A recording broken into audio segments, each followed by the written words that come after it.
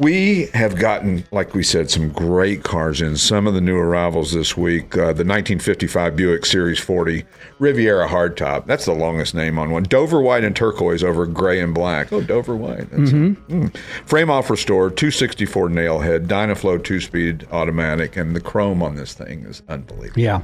I mean, the level that someone did it to this car is probably they spent way more than the car is actually worth. And that happens from time to time. People get caught up in the moment, or price is not the issue. They're just looking to create a memory, something that granddad had or dad had or whatever. So it's one of those cars that you don't see them bringing high dollar, right. Even when they're as nicely restored as this one.